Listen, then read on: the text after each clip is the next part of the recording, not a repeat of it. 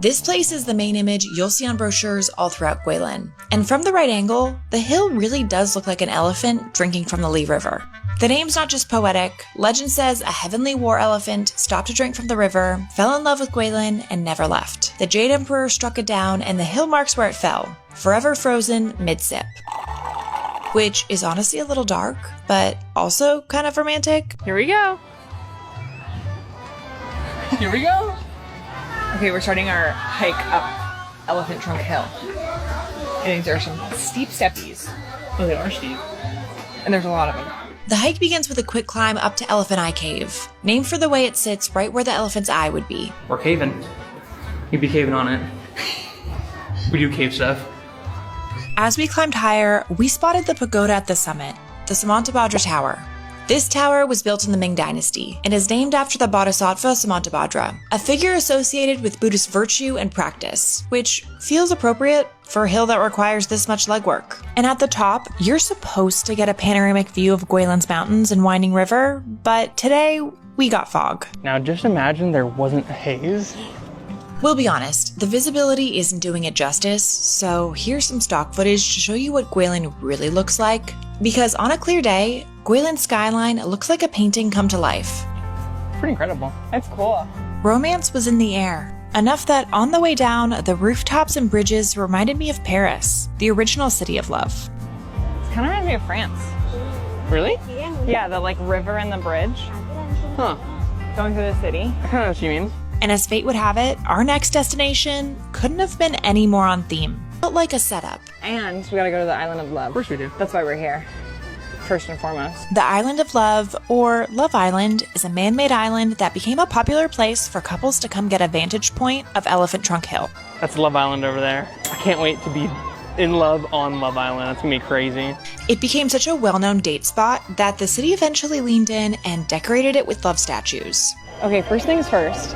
It's actually cute, Love Island, because people used to come on dates here in the 70s and 80s, and apparently they still have some level of wedding celebrations and whatnot. Today, it's a go-to spot for couples to take wedding photos or for visitors to buy a love fortune. There's a bunch of little, I'm assuming, romantic little charms, which are very cute. And Kyle was feeling the love and the power, since I let him hold the camera. You know? No, this is Love Island. I'm feeling inspired. Oh, hell yeah. Also on the signage over here, it says that people still come here to make a declaration of love in front of the landscape of Guilin. Very important. So I'd also like to make a declaration. Okay, go ahead. Declare. I declare in front of the landscape of Guilin that the immensity and vastness of the landscape could not beat the immensity and vastness of my love for you. Wow! Our love, it's here at the Elephant Trunk Hill. You're hitting my mic. You're hitting my mic. I declare also. Nice. I like that. A double doggy declare. Double doggy.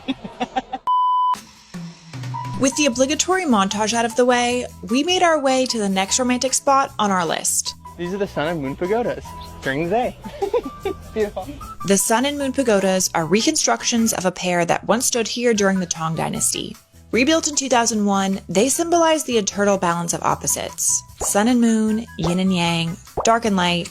You get the idea. The Sun Pagoda is the world's tallest bronze pagoda, while the Moon Pagoda glows with silver and white glazed tiles. Another fun fact is these were featured in The Amazing Race in 2009. So, love that. We had witnessed these beauties the night before, but wanted to get a closer look in the daytime. You walk on it. Go walk. Okay. Does it look natural? I feel so weird. Until Kyle heard there was an admission fee. Kyle's willing to pay 5 kwai, which is less than $1, and no more. Oh, it's 35. Which is $5. Did you mean $5 by chance? No, 5 USD? Why, baby? Wait, they're called Lovers Pagodas. In this life, you must join hands with the one you love to visit this love resort. Oh. Couples visit this park and take photos together, which has the beautiful meaning of the sun and moon bear witness, and the couple will be united forever. Wait, do we have to pay $5 each now? No, we already did it. We're in the park. We united our hands. No, I don't think it works unless you pay the $5. No, I don't think so. I think it's free that you do this. Singles can visit the Singles pay. Singles pay to go in. Apparently, you can put a price on love. Should we go in? No, it says the park. This is the whole park. We don't need to go in. Are you sure? Yeah. In Chinese culture, the moon often symbolizes longing, like lovers apart but still connected by the same light. So maybe us, standing outside the moon pagoda fence, close enough to see it but not close enough to touch it, is actually the most romantic thing we've done all day. Listen to me, I'm in love, okay? You don't need to pay $5. We need to live out here. With romance officially checked off the list, we set our sights on something even more important: Guilin's famous rice noodles. We're gonna get Guilin mifen. Mifen translates to rice noodles, and they've been a staple here for over 2,000 years. The story goes that during the Qin dynasty, northern soldiers marched south and brought their love of noodles with them. But wheat doesn't grow in Guangxi's humid climate, so they had to get creative and use rice instead. An aromatic brine, and an assortment of toppings that guests can add themselves. And we might have gone a bit overboard. It's funny.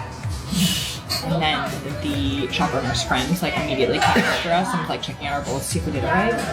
And she saw my bowl and she was like, no, too spicy, too spicy. She kept saying la, la. And came over and scraped some of the spice off of my bowl so that I could tolerate it. Yeah, it was very sweet. It was cute. Yeah, it was super cute, but it was funny. And after that meal, Guilin's culinary redemption arc was in full force. So definitely much better than the first place. So much better. Yeah. The food in Guilin is slowly redeeming itself. Yeah. But the place we went to right now is rated what online? 4.6 or something? 4.6. Yeah. And it tastes like 4.6. It was good. It was good. It's a cute little local spot. At least, that was the mood at dinner. What I didn't realize was that Kyle was quietly conducting a personal risk assessment, the kind that only someone with a vivid imagination and a sensitive stomach can pull off. Okay, so I've also got some thoughts on the restaurant we just ate at. Recommend going there. Wait until we see tomorrow, and then recommend going there. I feel like the food health standards are just a little bit different. To be clear, this man lives his life in fear of food poisoning, and since we were new to traveling at this point, he was on heightened alert. I can't believe we're gonna drag her right now. I'm not dragging her. That's just kind of standard. I'm not dragging her specifically. That's just kind of the vibe here. I'm cutting this out. Spoiler, we were totally fine. This was just Kyle's early travel paranoia flaring up, and many meals later, ironically the only place that has taken us down was an airport lounge in Thailand. Yeah, if we wake up tomorrow in perfect health, Go there. I was just, go there. It was great experience. Yeah. If you see a clip of me, sweating, pale, more pale than this, and just, suffering, don't go there. But still a very nice person, and the food was good, and I'm sure if you're from around here, it's fine.